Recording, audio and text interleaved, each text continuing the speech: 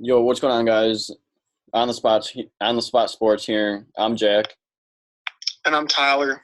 and in today's episode, we'll be talking about NBA, NHL, college basketball, and all that other fun stuff. So, Tyler, how are you? I'm doing pretty good, man. How about you? It's been a busy day for you, huh? Yeah, it's been a busy day, but we're thriving. It's currently 1:06 a.m. So we're doing this for the fans, for you guys. So we're gonna grind through this. So let's get into it, I guess. Yeah, for sure. Let's do it, brother. All right. So the NBA just started their season. They're three games in, I believe.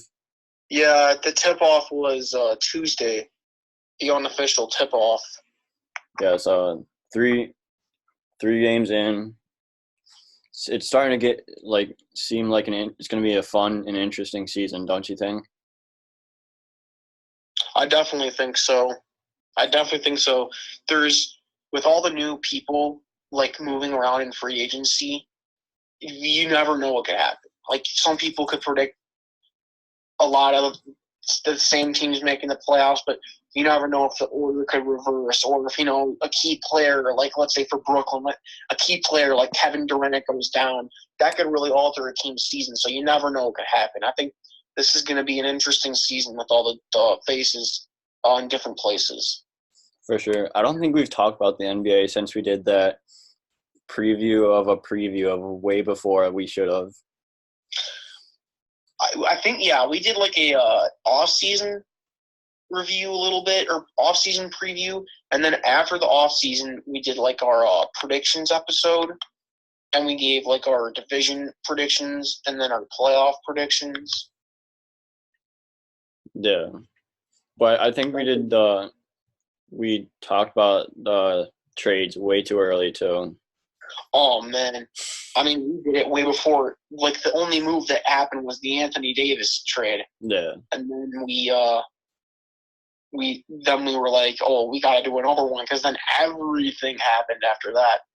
And I think, what was it? You want to say mid-August, maybe, or something Yeah, along probably mid-August.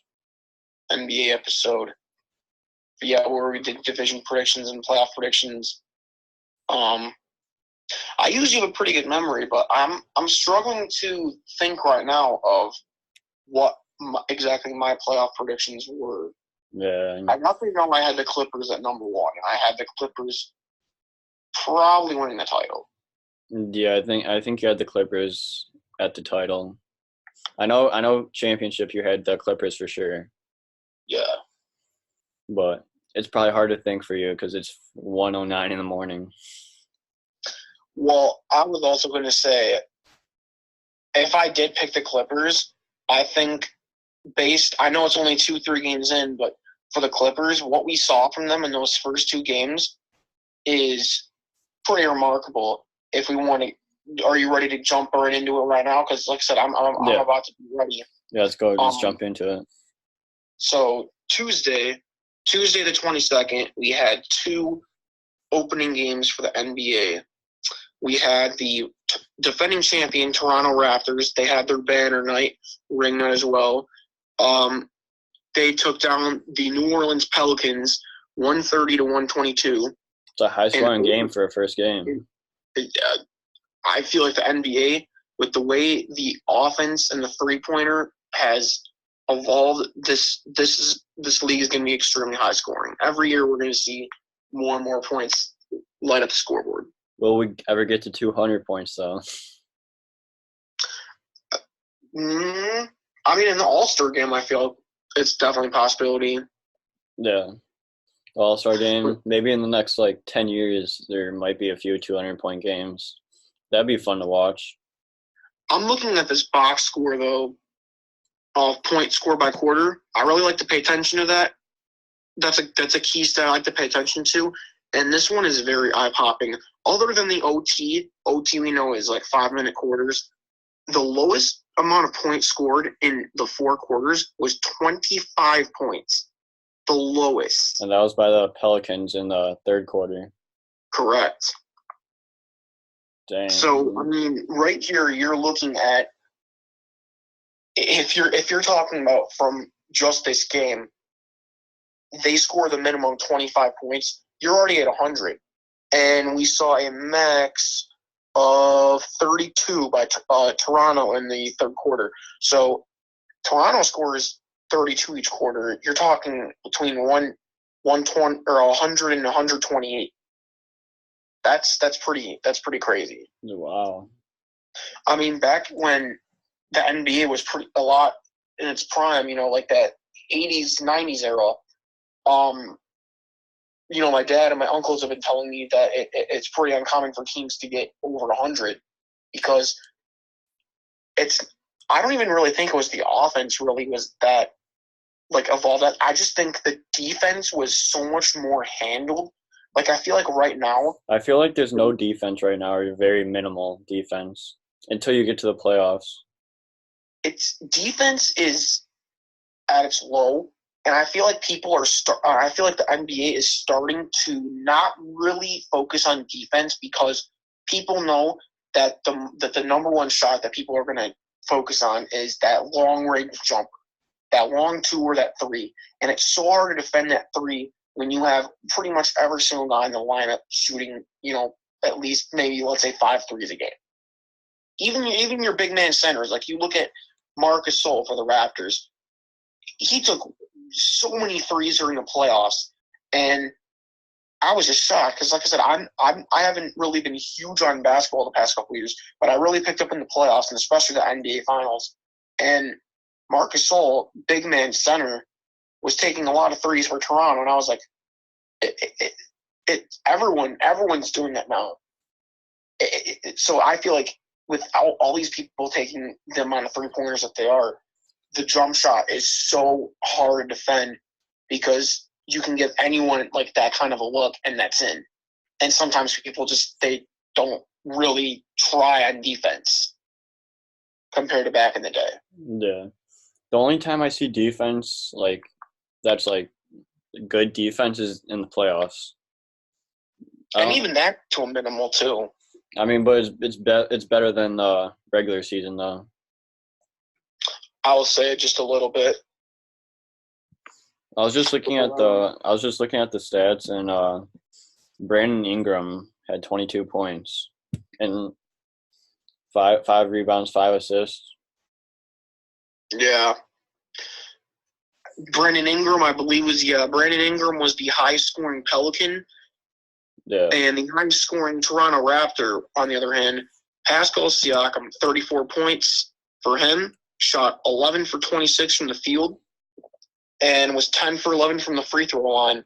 And this is someone that I feel like his play is really going to be looked at from a wide perspective because I believe it was this past week, he got a 4-year, $130 million max extension from the Raptors.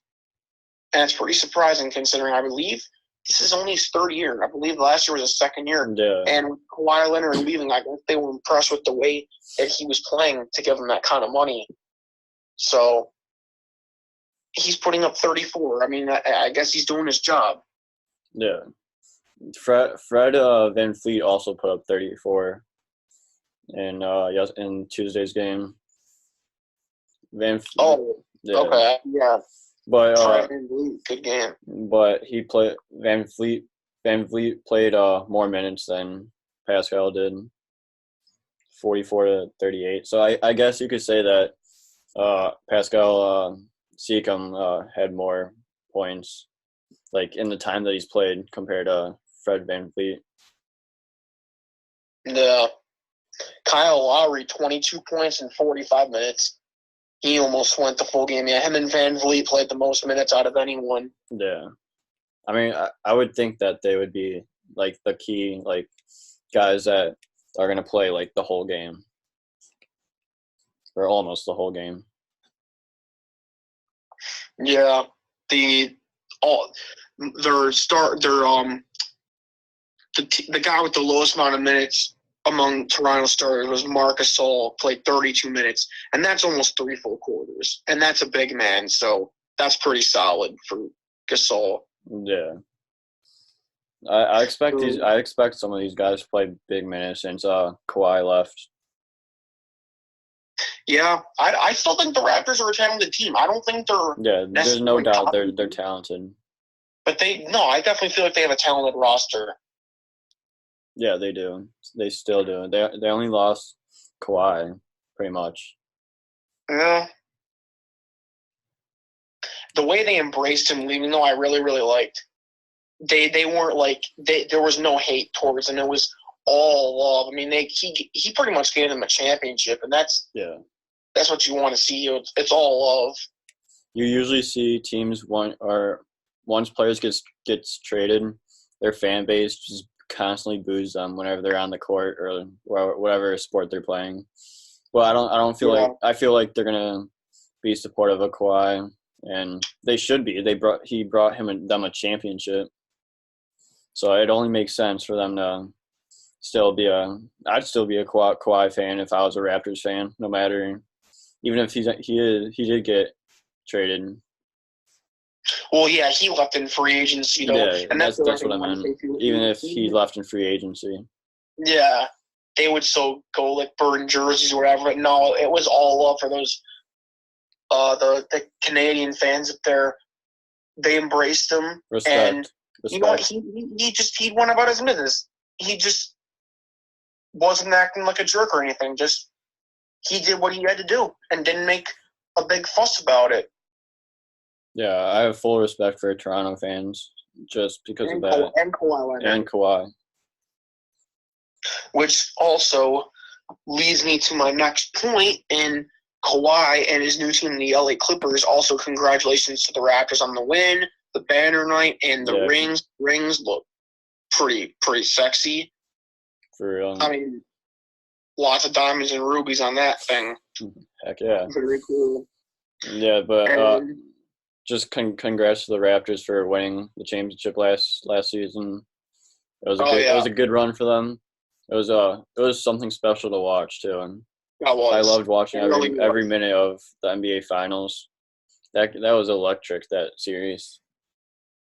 Yeah, it honestly brought a little bit of joy to me. I thought that was really good for the NBA to see a team like that take down the Warriors. Because considering the Warriors have been the best team in the NBA, winning the finals pretty much every single year the past couple of years, it was cool to see a team like that come out of nowhere kind of and take down Golden State. Because I'm pretty sure most people had Milwaukee in the finals. Yeah. And Toronto just completely came back and turned the tables against Milwaukee. Yeah. It was awesome what they did.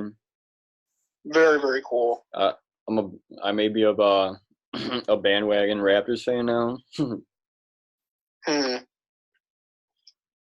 So we are going from Kawhi Leonard's old team, the Toronto Raptors, who did win on opening night, to his new team, the Los Angeles Clippers, as they squared off with their arch rival, the Los Angeles Lakers. And these two teams probably had the most buzz in the free agency.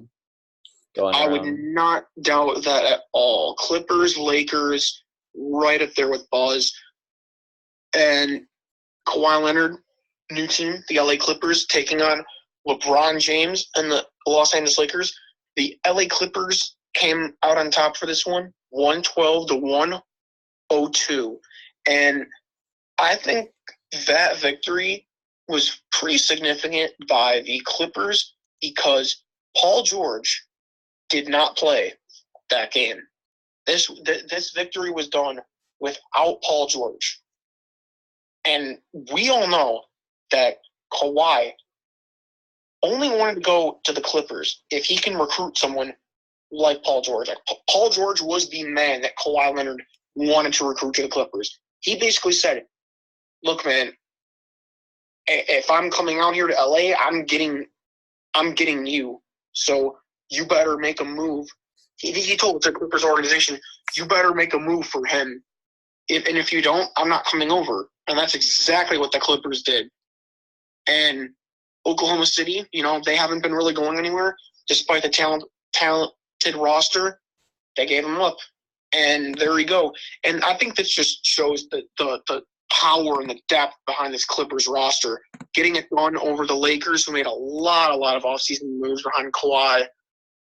Behind LeBron James. Anthony Davis is here. Danny Green's here. A lot of stuff is happening for the Lakers. And for the Clippers to come out on top without Paul George is pretty notable. Yeah, Kawhi also put up impressive numbers, too, in his first game with the Clippers. He played 32 minutes, 30 points. It's the most we've seen so far.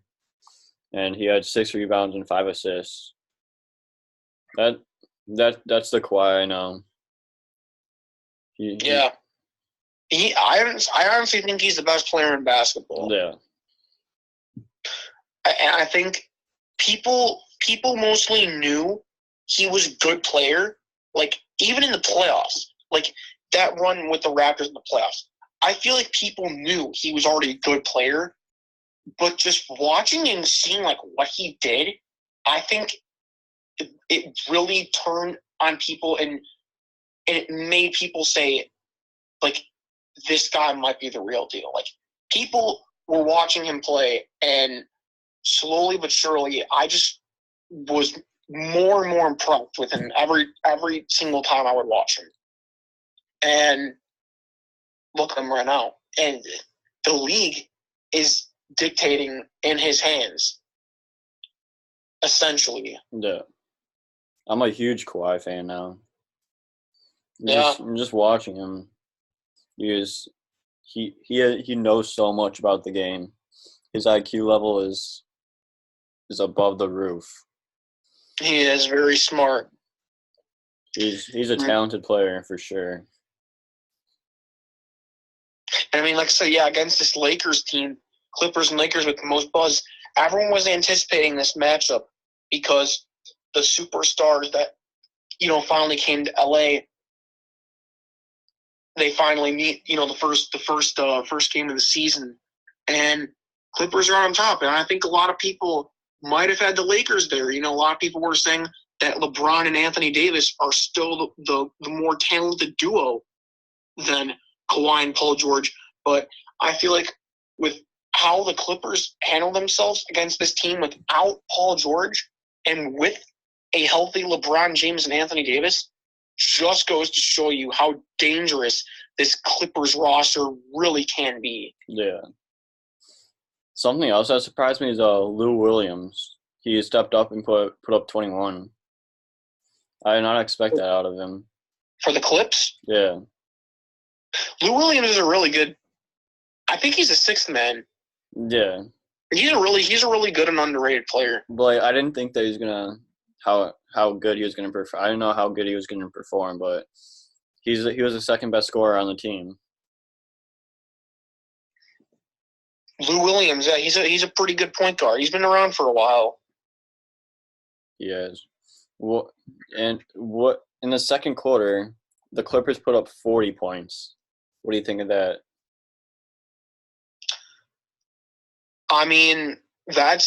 That's crazy. We're just talking about how 31 was good or whatever it was. 31, was Clippers put up 40. I'm pretty sure around 10-ish years ago, some teams would have under. It is probably uncommon, but some teams would have under 40 points in a hat. Yeah. And the Clippers put up 40 in one quarter. That just shows you how the league has changed over the years, and how it got better every year. It takes another step up the stairs. This is an offensive-minded game. First game. Yeah. The game is pretty much based on who could shoot the long ball the best. It's fun to watch the long ball too. No, that is pretty much how it is. Oh, I also wanted to mention, I was talking about how the Clippers beat their arch rival, the Lakers, 112-102 without Paul George. And this, again, just continues to back my point. The Clippers, this is Tuesday the 22nd, they play the Lakers. They go to the new home of the Warriors in San Francisco on Thursday. They go to play the defending Western Conference champions, the Golden State Warriors, who, don't get me wrong, have gone through a lot of changes, but are still a very good team. And again, no Paul George, no problem. They go in there and win 141 to 122. That's high scoring. That's incredible. It is. The Clippers put up 35 in the first, 30 in the second, 46 in the third, and 30 in the fourth. We might as well get used to the Clippers putting up 40-plus in a quarter, at least a game. And here's the crazy thing about the 141. Kawhi only had 21 of those points. Wow. Hey, there's our guy Lou Williams, leading scorer up there. Very interesting. Lou Williams put up 22, Kawhi 21, Patrick Patterson 20,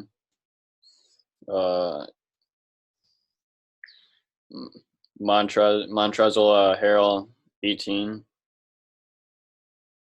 and then Ivica Zubac put up 16. Lou Williams didn't even start either, I don't think. No, yeah, the starters for this game, Clippers and Warriors, were Patrick Patterson, Kawhi Leonard, Ivica Zubac, Patrick Beverly, and Landry Shamet were the starters. Lou Williams didn't even start, and he somehow got the led in scoring. That's a solid six-man to have. Montrezl Harrell, yeah, another 18. Patrick Beverly, though, only put up 5 in 28 minutes. Pretty surprising, though, but Patrick Beverly is a great defender. Mm-hmm. Honestly, we were just talking about how the defense in the NBA is on a decline, but I'm going to talk about this Clippers team in the way that this trio could play defense. Because honestly, I know defense is scarce, but this trio and the Clippers, they actually know how to play defense. Kawhi Leonard, Paul George, and Patrick Beverly are 3 of the players who really actually do know how to play defense in today's NBA. And honestly, when Paul George comes back, this will be scary defensively and offensively. Wow. I might have to change my pick of who's gonna win the championship now. I mean, yeah, we're only 2 games in. But still, it's impressive what the Clippers have been able to do in two games. 2 games without their probably number 2 player. Mm-hmm. Also, looking at some other scores here, there was another notable one I did want to touch upon.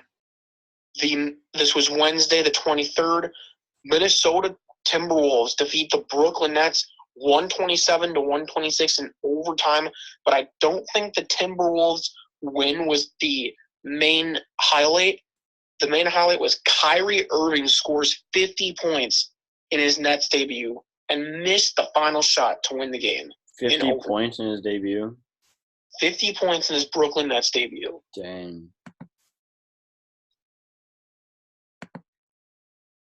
I think they said that's the most a player has put up in a debut ever. Wow. I don't know what to say to that. I'm speechless there.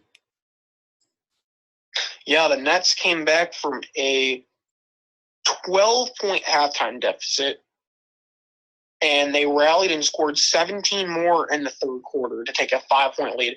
Minnesota tied it and then won by 1 point in overtime. Also, Karl Anthony Towns for the Timberwolves put up 36 points. Not bad for a center. Not bad at all. Who was the last guy that put Wait, up 50 in a game? Kobe?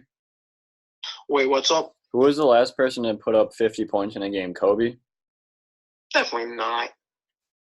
Or because that's the one that sticks out of my mind.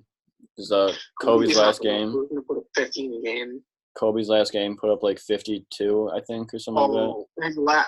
You're talking about his last game. He put up like 62. That's impressive. Yeah, I also did see the Lakers gave him the ball a hell of a lot. Yeah. Since we're talking about the Lakers right now, we're gonna go to Friday's game, 10:25, Lakers and Jazz. The Lakers held off the Jazz and won 95-86, and LeBron went off in this game. 32 points by LeBron. LeBron put up 32 in 31 minutes, 10 assists, 7 rebounds, almost a triple-double.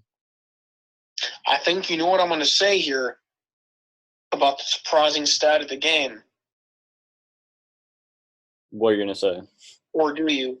The final score. 95-86. Very interesting to see that the high is only a 95 from the Lakers.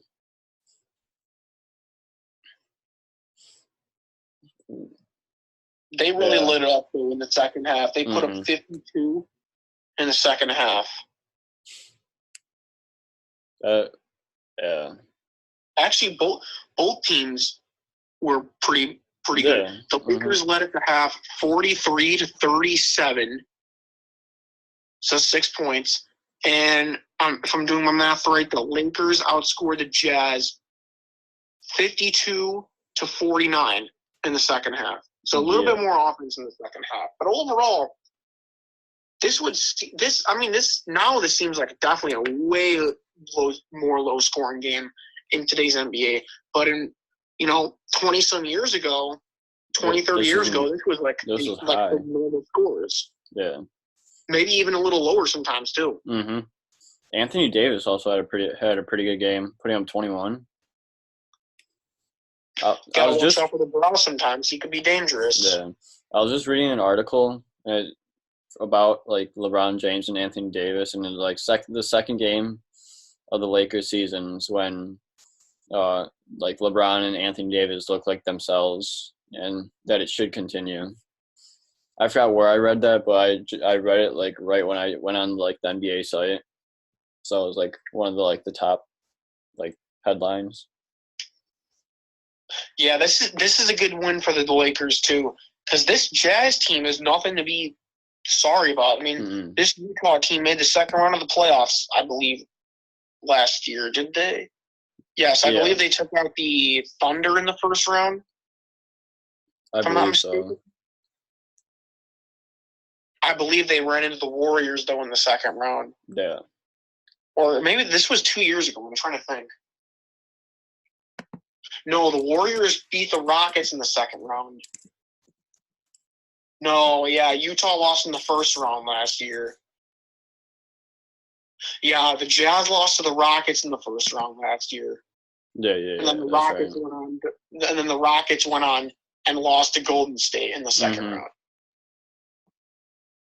But this Jazz team, they definitely did get better. I feel like the Mike Conley trade was a trade that was very much underlooked because Mike Conley can really play.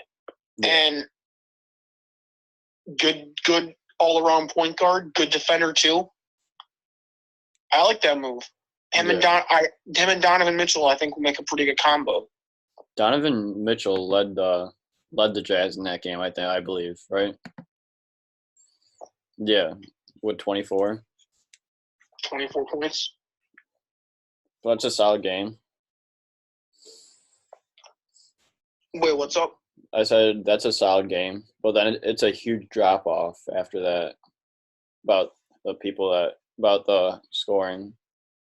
Yeah, Donovan Mitchell with 24, Mike Conley with 13, Emmanuel Mudiay had 12, and Georges Niang had 10. And those are the only players that scored double digits for Utah. Yeah, that has to be better if you want to win games. You can't rely on just Donovan Mitchell.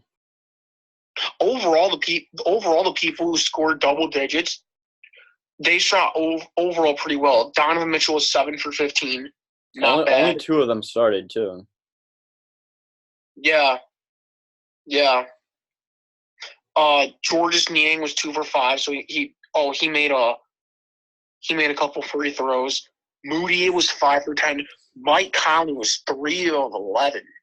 He must have had a really cool night. Mm-hmm. And 1 for 5 for 3. Dang.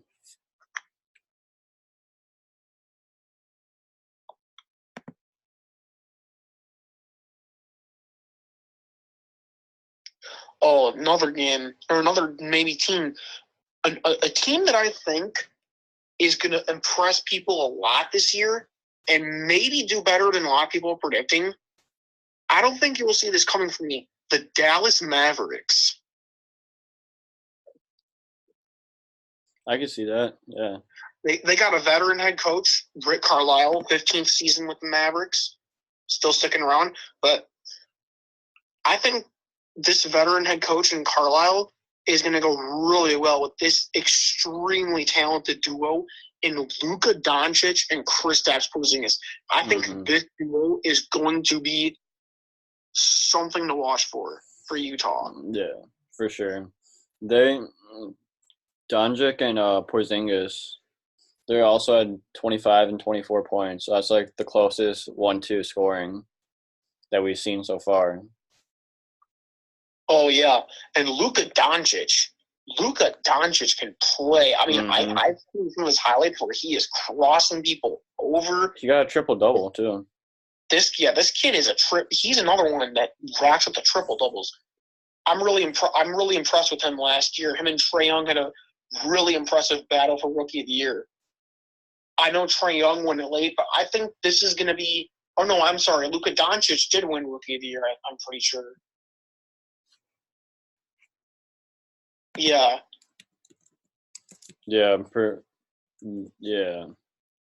Luka Doncic did win.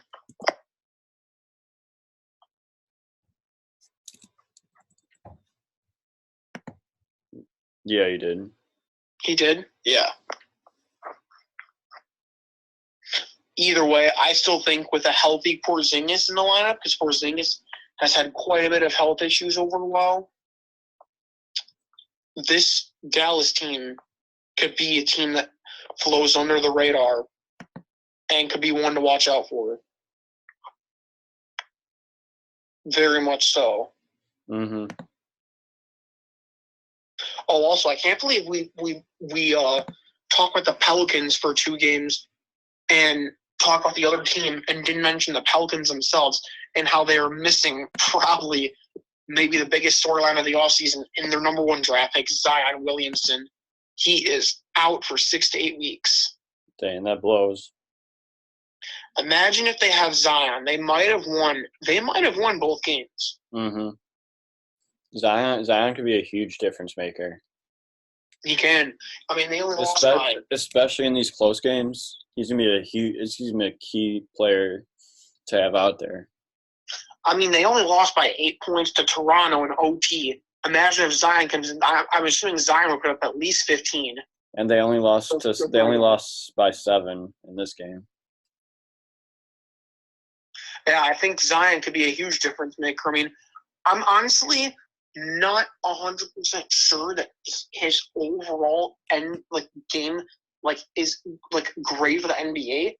But I will say about him is he's a freak athlete. Like, this guy just goes out and he freaking balls, man. He just goes out there and just dunks the hell out of people. Yeah. He just doesn't care. Mm-hmm. Sure, he may not have a good 3-pointer. He may not have good defensive skills and good ball handling skills. But this guy, once he gets an opportunity, he's gonna take advantage of it. He'll take advantage. I can't wait. I can't wait to watch Zion actually play. I'm sorry, who? Zion Williamson. Zion? Yeah. It's Zion. Zion. That's all good. That's all good. It's 1:40 in the morning. Chill out. I'm just kidding. I know. But Lonzo put up 15 in that game. I'm interested to see what he's going to do with the Pelicans. I mean, Mm-hmm. he didn't really do much with the Lakers. So as of right now, he's doing probably better than he has with the Lakers. I think Lonzo is more – I don't think he's a huge, shooter. I think his game is more so – hey, he'll pick up some buckets here and there, but I think he'll be a good assist machine. Yeah, I can see that. Because, he plays point – he plays point guard. Mm-hmm. I'm pretty sure. Or Drew Holiday and him probably switch. Yeah. Well, look at their starting lineup for this game. Derek Favors, Brandon Ingram, Drew Holiday, Alonzo Ball, J.J. Redick. See, that's tough because Holiday, Ball, and Redick are all guards. Yeah. So they would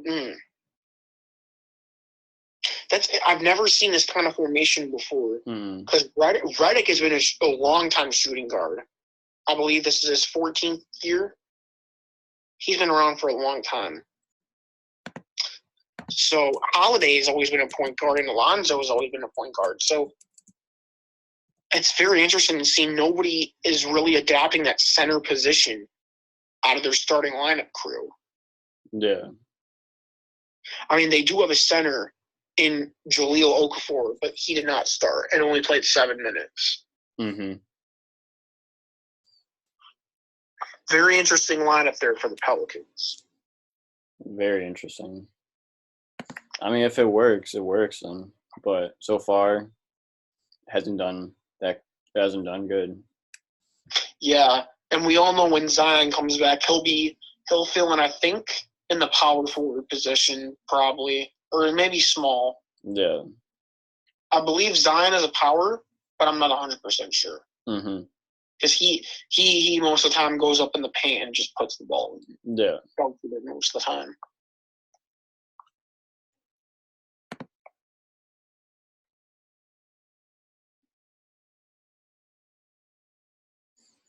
Is there any other games that stick out to you?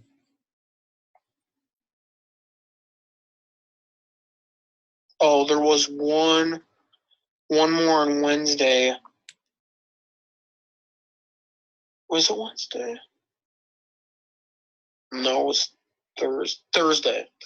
The Milwaukee Bucks came back against the Houston Rockets. That game was pretty interesting. I'm honestly surprised the Rockets lost. I did not expect the Bucks to pull this one off.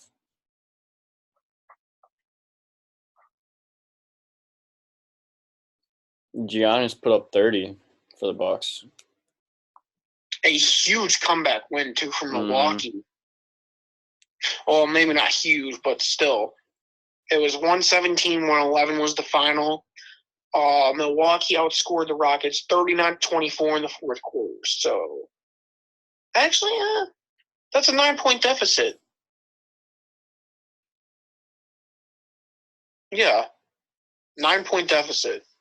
So that's no gimme. Yeah. Still have to play catch up though. Exactly. Again, look at Giannis. I'm looking in the box score for Milwaukee. Giannis Antetokounmpo. 30 points. He is the main man in Milwaukee. Triple-double. 30 points, yeah, triple-double. But I think the thing that I'm most looking at right now is the contribution, I guess. I mean, we have 1, 2, 3, 4, 5, 6, 7 people score at least 10 points on the Bucks. Giannis Antetokounmpo was the only player out of those 7 to score over 15. Mm-hmm. 30 points. Next highest was Wesley Matthews with 14. Then we had Chris Middleton, Brooke Lopez, and Eric Bledsoe all had 11. Ersan Ilyasova had 13, and Pat Connaughton had 10. Again, this is Giannis, this is just his. He's the star. You're going to get the most production out of him. Yeah. Giannis is the go-to. He's the future. He's the main. Am I really seeing here that James Harden shot 2 for 13? That's crazy. 2 for 13? 2 for 13. Dang. I wonder what happened. He must have. Well, he had 19, so he must have had a lot of free throws. Mm-hmm. He made 1 3, so that's a 3, and then the other one must have been a 2. Yeah. He wasn't even the leading scorer on his team. Russ was. Russell Westbrook put up 24. I don't think Russell Westbrook gets enough love. Yeah. Honestly. He had 16 rebounds, too. He is insane. He's an animal. Honestly, I feel like Russell Westbrook, I don't know why people talk about him like he's not like a top 5 player in this He definitely NBA. is. 100%. Nobody does what he does and puts up triple doubles like that every single game. I honestly don't know why that's just so overlooked. Yeah, he always gets hate for no reason. Like ever since he left the Thunder, he's gotten hate. People are talking about him like, well, even like when he was still on the Thunder the last couple of years. I feel like it's been ever since Kevin Durant's left. Yeah, I see that. But it's crazy to me though how like he's the one that's putting up like a majority of the triple doubles in the NBA, and people are just like, oh, it's another triple double. But that's it. Mm-hmm. Nobody's like, it's another triple double. Why are we not focusing this? Like Westbrook is a great player. Yeah. Like top 5. Because most people, I've seen literally a lot of people, he's not even top 10 on people's list. I'm like, how? This guy is putting up triple doubles. I don't know how.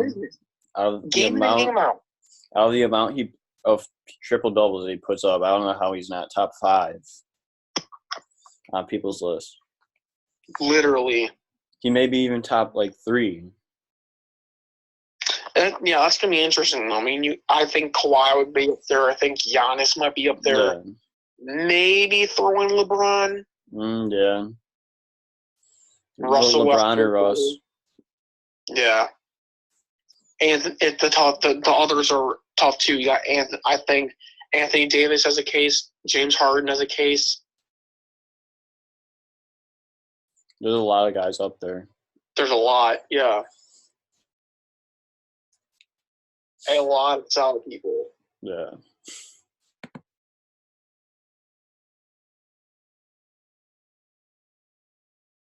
It is tough, but I don't think Westbrook gets enough love. Even Damian Lillard, maybe not top 5, but Damian Lillard is probably a solid top 10 player. Yeah.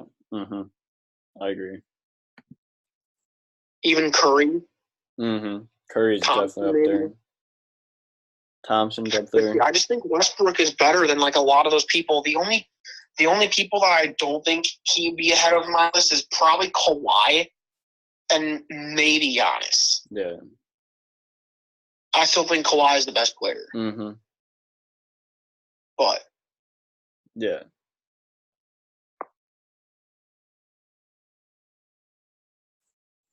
As of standings right now in the NBA, it's the Hawks. For the Eastern Conference, it's the Hawks, Sixers, Heat. They're all 2-0. Celtics, Raptors 2-1. Bucks, Cavs, Magic, Nets, Hornets 1-1. Then the Pistons, Wizards, Bulls, Pacers, or up to the Bulls, they're 1-2. Then the Pacers are 0-2. Knicks are 0-3. Western Conference. Western Conference, we got the Nuggets at 2-0. Mavericks 2-0. Timberwolves 2-0. Spurs 2-0. Suns 2-1. Clips 2-1. Jazz 2-1. Rockets 1-1. Lakers 1-1. Trailblazers 1-1. Warriors 0-1.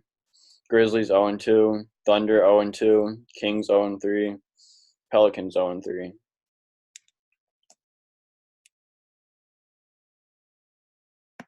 A little surprising there about Sacramento. I think they got a young, talented roster in them too. I think it'll just take time for them. Yeah. Before they start heating up, because once they heat up, I think they'll be up there for sure. Oh yeah, this is so early. You're literally talking about like 2-3 games in, compared to like a 82 game season. Yeah.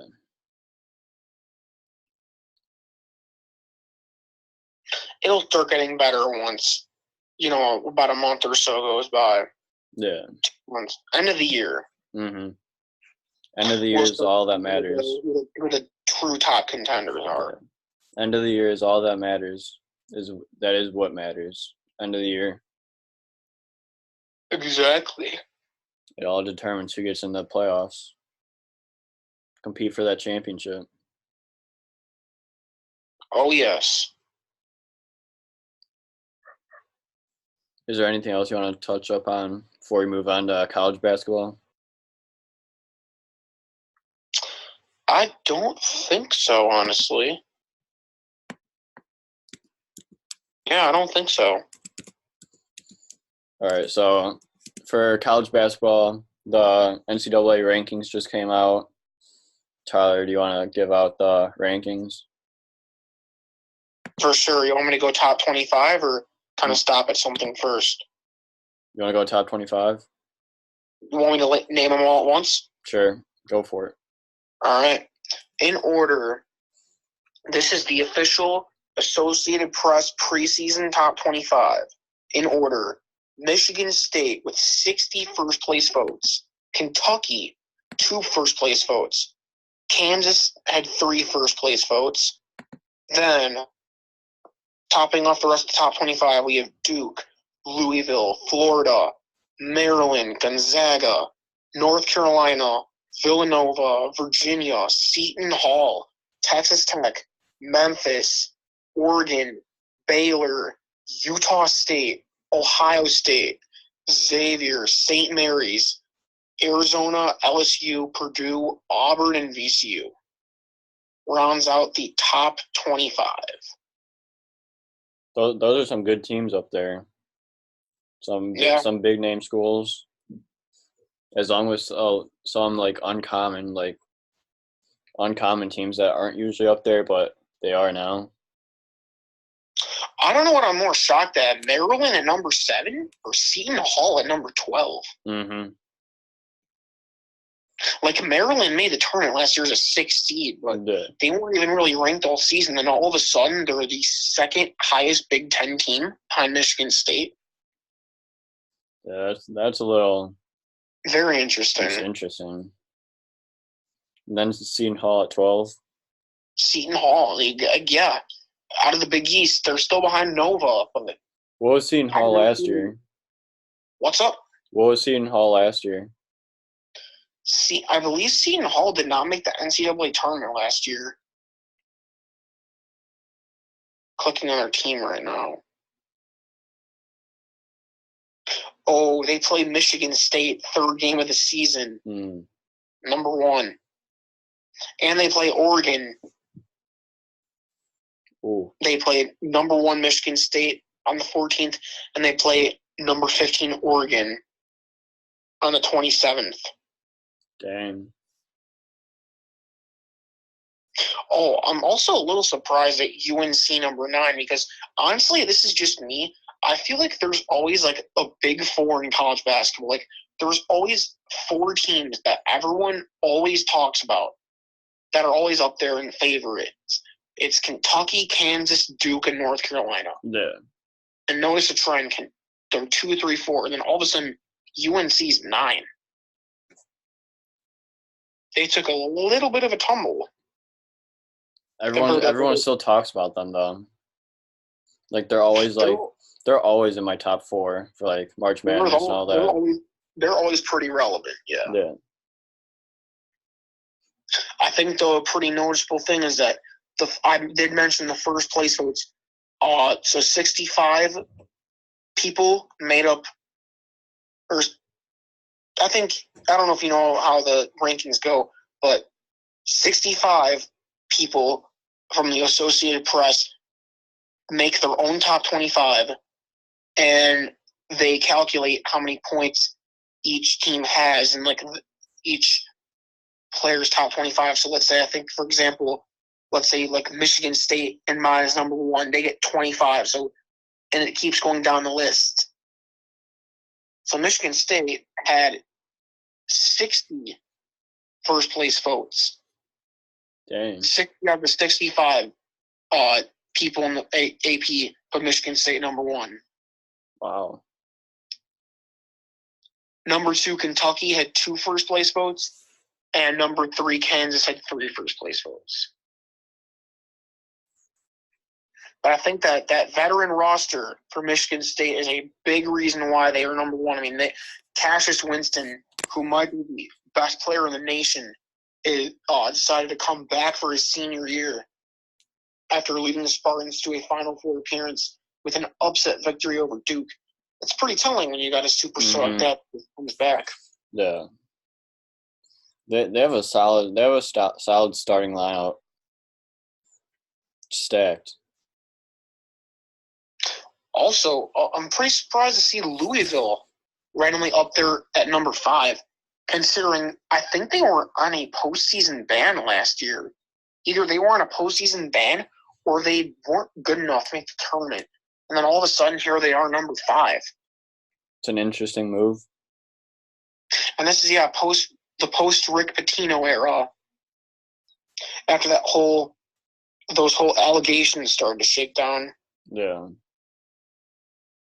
Louisville still doing it. Florida, number 6.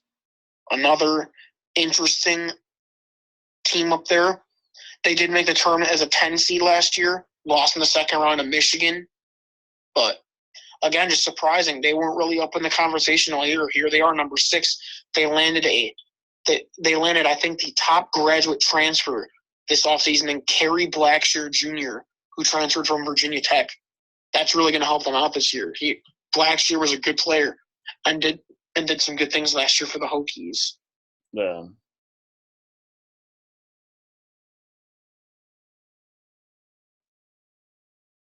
Overall, though, I feel like college basketball is pretty unpredictable. Like, it's definitely unpredictable. You don't know what's going to happen. Like, you're going to have teams that come out of nowhere in the top 25 and make a run late in the season and be like, whoa. Like, just like Loyola did like 2 years ago, I believe it was. Oh, that was such a feel-good story. It was. They made it to the Elite Eight. No, top Final Four. Final Four, yeah. They were leading at the half against Michigan too, and then they just fell apart. Yeah. They were not expected to go all the way to the Final Four either. They're expected to lose like first or second round now. You know what? Actually, that's funny. I remember my bracket for that year. I had Loyola actually going to the Sweet 16.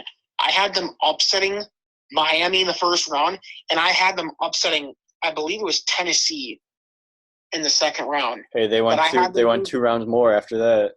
I know. I was like, wow. And then I was like, wow, okay, I got that right. But then I was like, whoa.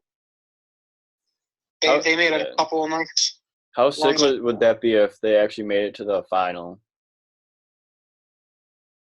That would be crazy. Especially being like in the Chicago area. That'd be crazy. That'd be so good. Honestly, though, not sure how they would do in the final because I don't know if you remember that year. I think everyone kind of knew that Villanova was such a dominant role, and nobody was going to match them. Yeah, I had Villanova winning the finals of that round, that March Madness, and I created like 10 to 15 brackets during that time. God. And like I'm pretty sure I had half of them Villanova, and half of them were like Duke or North Carolina. See, I always do one bracket every year, and this bracket was by far the worst bracket I've ever done in my life, 2018, because guess who I picked to win that year, 2018? Who? None other than Virginia, Oh, who lost yeah, I with remember that. 15 seed. I, that was a mistake. I don't even know what to say. Yeah, I'm pretty sure last year was my worst round of March Madness. I don't remember who I picked to win, but it was not anyone in the top in the Final Four. Oh, you mean like this past year, the 2019? Yeah. I picked Duke to win. My Final Four was wild. I got no Final Four teams right. I honestly think I picked Michigan to win that last year. Yeah, I had Duke and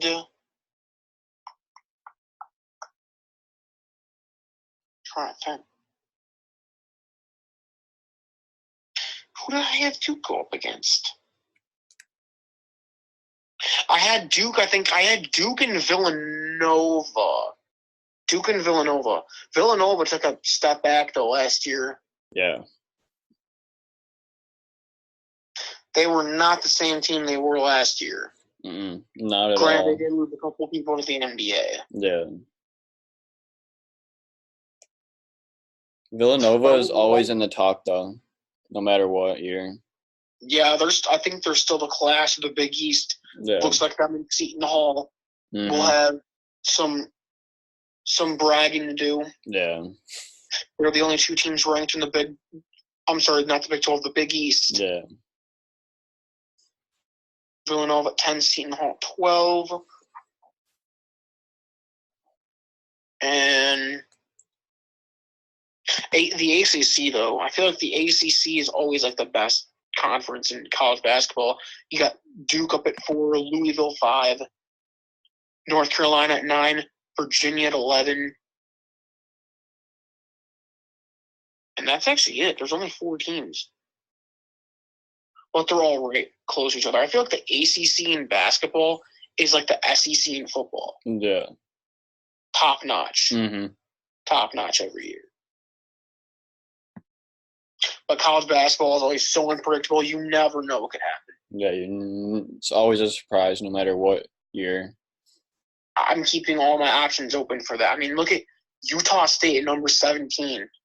Who in the world saw Utah State making the preseason rankings? I don't think anyone did. Who even is Utah State? Well, Utah State's not like that unknown, but I know, but it's. I was not expecting them to be in the pre-rankings. Yeah, even Memphis though too. Memphis at 14. I know Memphis has always been like a little bit of an underrated basketball school. They made the national championship about 10 years ago. I heard they were actually doing really good recruiting-wise compared to these like Power 5 schools, but I did not expect them to crack the preseason rankings with other head coach Penny Hardaway. So pretty good for the Tigers. Yeah, I believe it. They got a couple good people come out of there, and they're the only team to be ranked from the American Athletic Conference. Dang. I'm just skimming it over again. Yes. Memphis is the only team for the American Athletic Conference to be ranked preseason. Dang.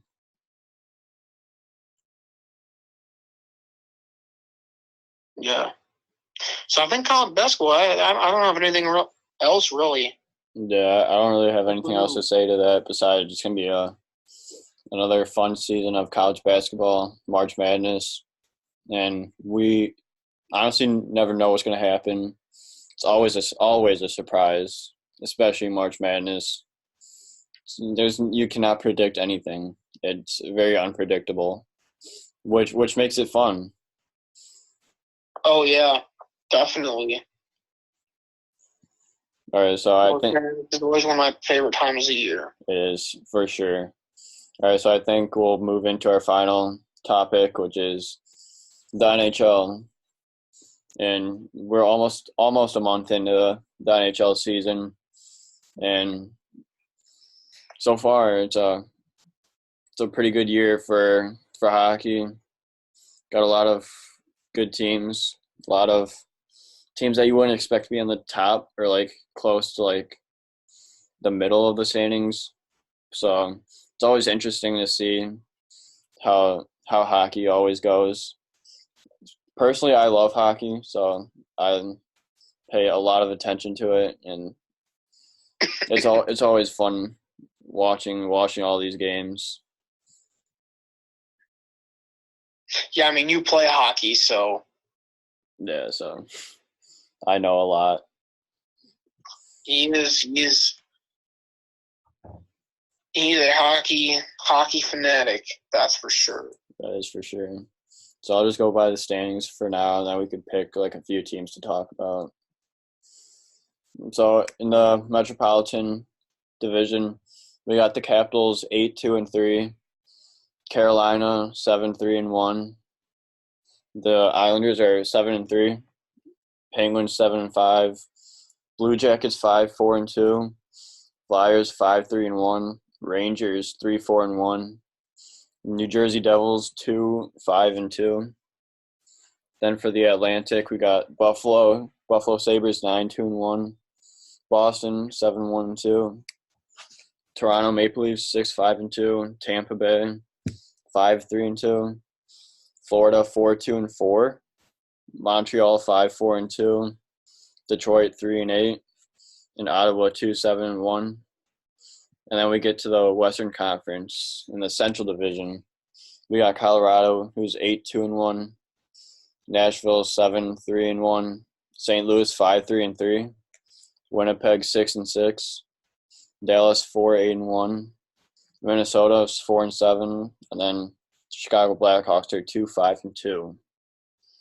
And then for the last division, we got the Pacific Division, and the Oilers are 8-2-1, the Anaheim Ducks are 7-5, Vegas Golden Knights 7-5, Calgary Flames 6-5-2, Arizona Coyotes 6-3-1, Vancouver 6-3-1, San Jose Sharks 4-6-1, and then the Los Angeles Kings, who are 4-7. So it's a pretty interesting spread between the teams, and some teams I do not expect to be on the bottom that are on the bottom, and some teams on the top that I don't think will last on the top.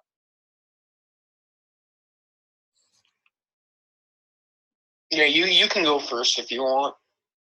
All right, so I'm going to go with the Buffalo Sabres. They're currently in first place. They got 9 wins, 2 losses, and 1 overtime loss, which I'm honestly really surprised that they're in first place right now. But, I mean, I guess they did the same thing last year, but, I don't think this lead is going to last because last year they're 20-9 at one point in the season, and then they dropped all the way. They dropped all the way to 7th for a wild card spot, and they dropped to 6th in the Atlantic Division. Went 33-39, not even finishing over 500. So I don't think this lead will last. I think it'll be a classic Buffalo move where they start up top and they'll do really well at the first half, and then they're gonna drop off the second half.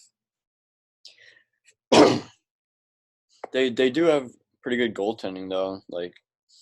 Besides their record, how they usually drop, they have Carter Hutton and Linus Ullmark. They're both solid goaltenders for their team, and they also got Jack Eichel, who is unreal. He's a pure goal scorer. Their defense is pretty solid right now too, which it was last year, and then it dropped big time by the halfway point of the season. Yeah, Jack Eichel's a pretty good player. I've seen some of his goals from highlight reels, and he's an impressive player. He is. Carter Hutton, though, wasn't he? Doesn't he start off on the Blues? Yeah, he played for St. Louis for 3 seasons, I want to say. Let me check. Yeah, I definitely have heard his name before.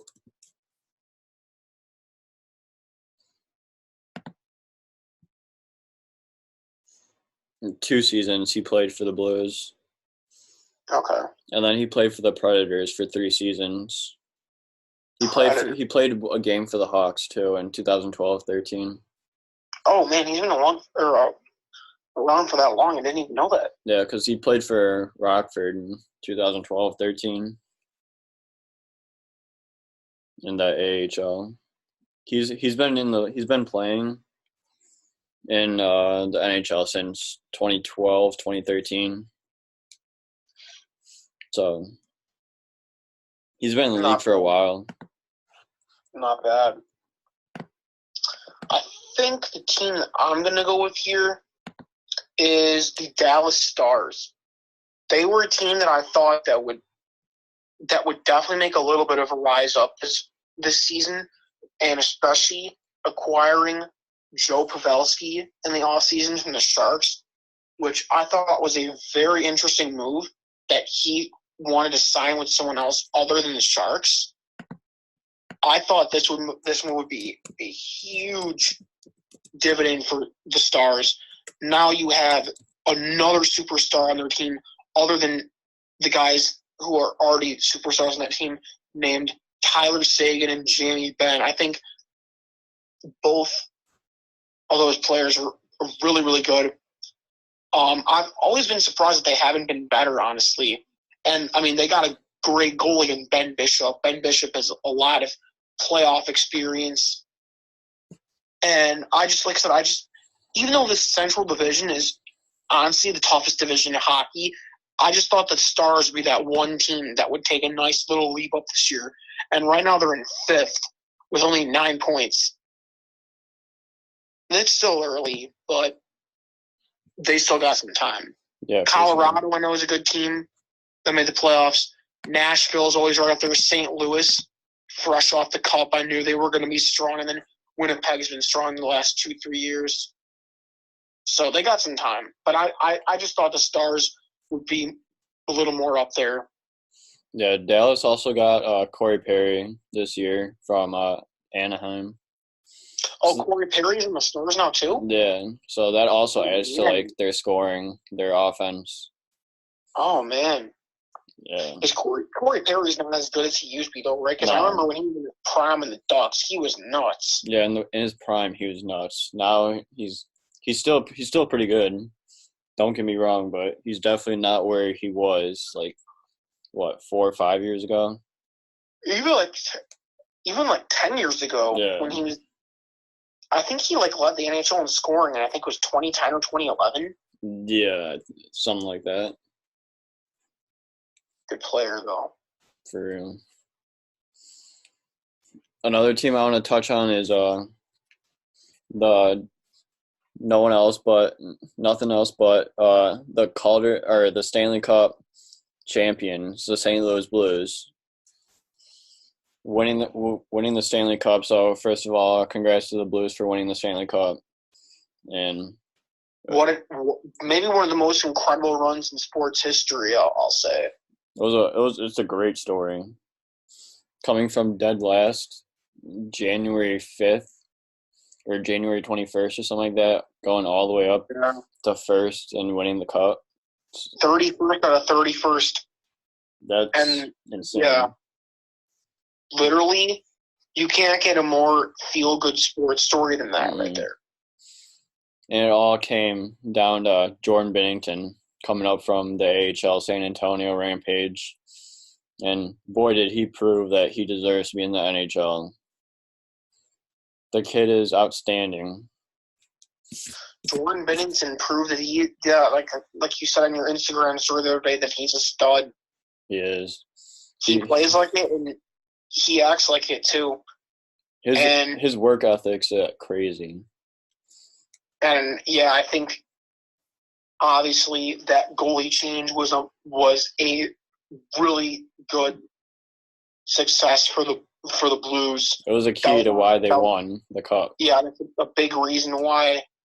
I mean, obviously, not just the goalie change, but I feel like it had to be a collaborative team effort too. Yeah.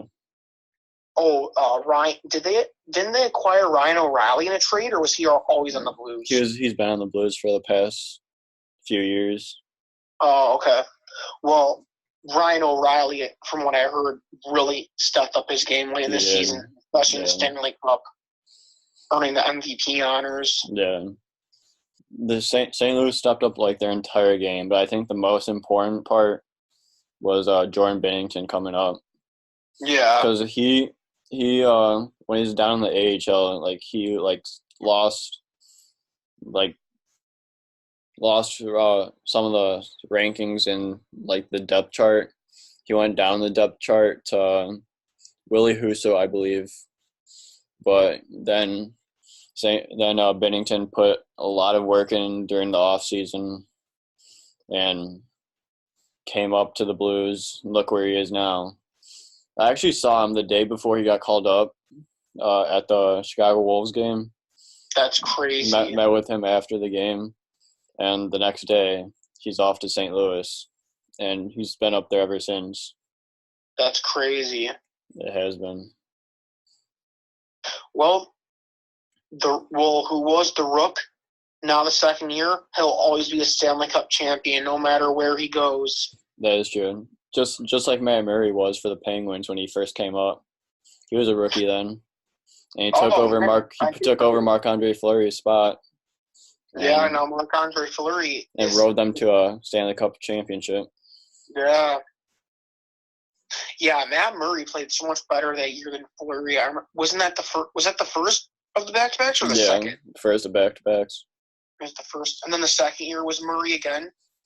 I think, if I remember right, Fleury and Murray split that. Fleury played like the first 2 rounds, and then Murray came in because Fleury was not doing so hot towards the end of the second round. And then wasn't it like 2015 the Blackhawks won? Yeah. 2016 the Penguins, then 2017 the Penguins. Yeah. And then the Golden Knights came in the league, and then Fleury got drafted in the expansion draft. Yeah. And then they lost to the Capitals. Yeah. What a story, though, by the Golden Knights to make the Stanley Cup in their first ever season. Mm-hmm. Let alone and make the playoffs their first 2 seasons too. I think that's going to be hard to top. It is. The Knights are the best. Have the most records for an expansion team. I don't think any expansion team has gotten close to what the Golden Knights have achieved so far, and they're only in year 3. We'll see what this new Seattle team is able to accomplish. I can't wait for the new Seattle team to come out. I'm curious to see what their name's going to be. Their name is still not released, huh? No, I don't think it will be until the summer, probably. But it's confirmed that the team is going to be in Seattle, right? Yeah, and they're also expanding the AHL to Palm Springs, I think, in California. So Seattle will be their affiliate.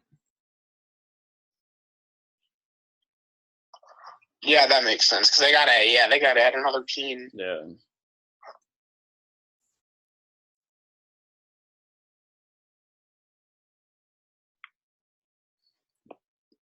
Vegas also having probably one of the best goalies in the whole history of the NHL, in Marc-Andre Fleury.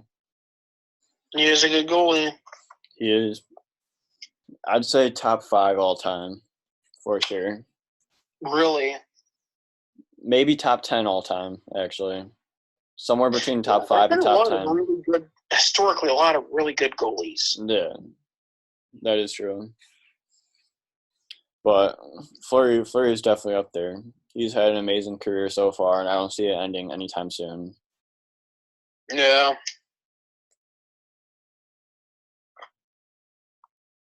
Is there another team you want to talk about?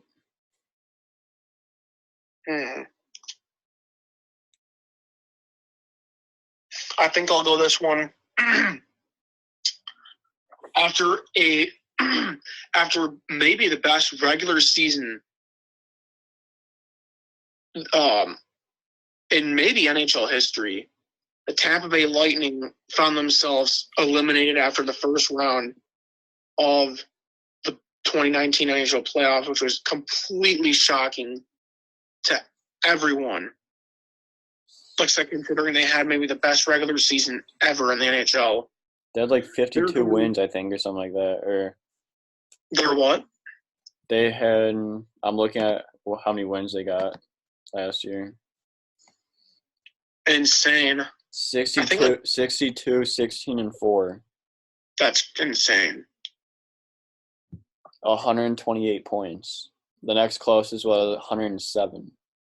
Who was that? 107? Boston. That's crazy.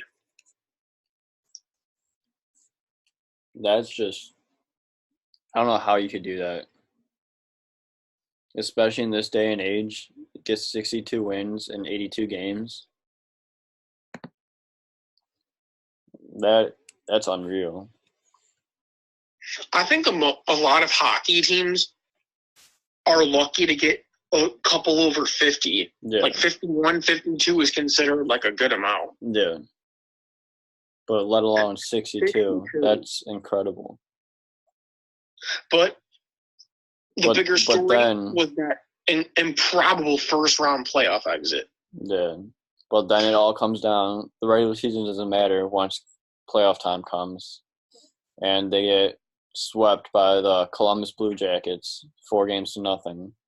That's right. The big boys did not show up in the playoffs. Nothing was working for the Lightning that series.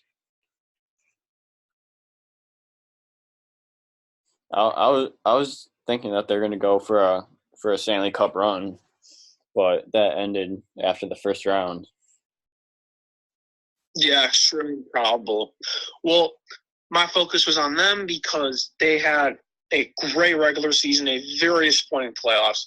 How would they bounce back with the talented roster? So far, not too bad, 4th place. That would be, top 3 in each division advance, I believe. That would, almost enough. It's still early, but they're not out of the mix. They're 7 points behind, which is totally manageable with this amount of time left. Yeah, they've only played 10 games too. Yeah. So lots of hockey to be played still. Yeah, and they're 500, so they're not like a bad team. Mm-mm.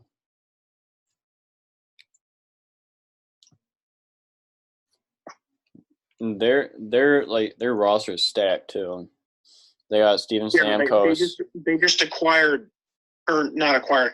They just got Patrick Maroon from the Blues too, I believe, right? Who scored the game winner in the second round for them. Yeah. Very interesting accusation by Tampa Bay when Maroon, after how emotional Maroon was for scoring that goal, and said St. Louis has always been like his home area. Yeah. And he leaves right after. Yeah, he goes to Tampa Bay to pair up with Steven Stamkos, Nikita Kucherov. The list goes on and on. Yeah. They got Andrei Vasilevsky as their goaltender. Tyler Johnson. Johnson, yeah. Yeah, that Lightning roster. The list just goes on and on. Victor Hedman. The list continues to go on and on. Yeah. That's probably one of the most talented rosters in the NHL right now. Without a doubt. No doubt.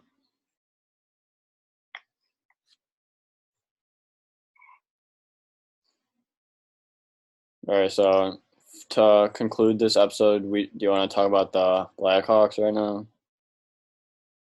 Oh, yeah, sure. Since we're from Chicago, so the Chicago Blackhawks are in 7th place in the Central Division right now, 5-2. Not a good start. Not a good start at all. And they just lost to the Hurricanes 4-0 today. They have a game tomorrow against the Kings. It's been a rocky rocky road for the Blackhawks these last 3 years since since winning the Calder Cup or this Stanley Cup in 2015. Ever since then, they have not been the same Hawks as they used to be. From going 2010, 2013, 2015 to not even being in the playoffs the last 2-3 seasons. Yeah, it's been rough. Yeah, for us Hawks fans. I think the time though that I think the time is now to really start answering the question. Have we seen the end of the Chicago Blackhawks dynasty that won 3 Stanley Cups in the span of 5 years? As of right now, I think yes. Because they have star players like Patrick Kane, Jonathan Toews, Duncan Keith, Brent Seabrook, Brandon Saad, even Corey Crawford when he's healthy. Even Crawford when he's healthy. But recently, they have not been able to score goals. I mean, Kane is still in his prime pretty much, even though he's 30. He's still in his prime. He still knows how to score. He can skate around all these younger kids still. Kane is really 30. Yeah. Mm-hmm. He's old. Man. Yeah, he still plays like he's 20. That's crazy. I can't believe he's almost 30. Mm-hmm. Kane is the best player on the Hawks, no doubt, for sure, 100%. Yeah. But it all comes down to like defense and goaltending, I believe, right now. Because the defense has not been there in front of their goaltenders, and their goaltender, Corey Crawford, has been letting in soft goals recently. And you can't win games if you're going to give up soft goals. And if your defense isn't backing you up, you're not going to win. Also, the scoring is a problem too, especially losing 4-0 and like getting like one or 2 goal games. The scoring needs to, especially in this day and age, you need scoring. You need to be all around, like you need to be completed all around, and I don't think the Hawks are that completed as of right now. Yeah, I mean, look at the last 3 games for the Hawks. They've been outscored a total of 10-2. They lost 2-1 against the Golden Knights in a shootout on Tuesday. They lost 4-1 against Philadelphia on Thursday, and then today shut out by the Hurricanes at home. No, I'm sorry, on the road. I'm sorry about that. On the road against the Hurricanes, they got shut out. Like 1-goal games. That's not going to win you games. No, and especially I feel like the NHL since last year has really started to come on as a higher scoring league. Mm-hmm. I think it's been the reducement of the goalie pads. Yeah, all the gear keeps getting smaller and smaller. Yeah, that's allowing for more scoring. Mm-hmm. And the Hawks are not taking advantage of that, so that is disappointing. It is. And the Hawks also acquired Robin Lehner, Vezina finalist during the offseason. And he's if I was Jeremy Colleton right now, Robin Lehner's my go-to guy right now. Taking over Crawford? Yeah, taking over Crawford's spot because Crawford is not in his prime anymore. He's been giving up soft goals. He's not been there recently. And I believe Robin Lehner has 2 wins already. They're only 2 wins. Or actually, no, Crawford had a shutout the other day, I believe. Or last week. So, but like still, my go-to guy was Robin Lehner. Especially with him coming off a career year. I'm gonna ride on Robin Lehner and see where he takes us. Yeah, that's a good idea. The Hawks also got Kirby Doc. Kirby Doc was recalled from the Ice Hogs last week. Yeah, or 2 weeks ago. And Kirby's been playing pretty good so far. He has like 2 3 points, I believe, right now. And Yeah, it's he goal. just got his first career NHL goal on Tuesday, I believe, against Marc-Andre Fleury. That's a good goal to get off of.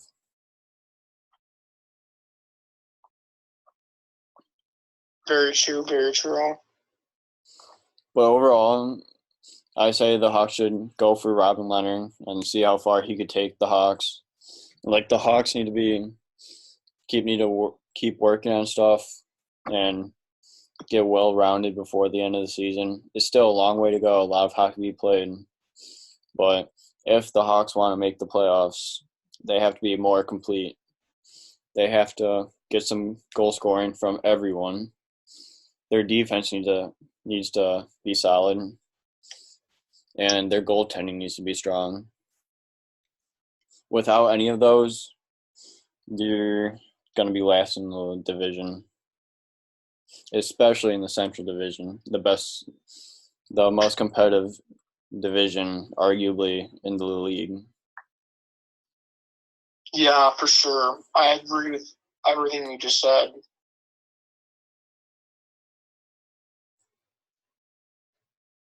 Is there anything else you want to touch on? I don't think we have anything else, honestly.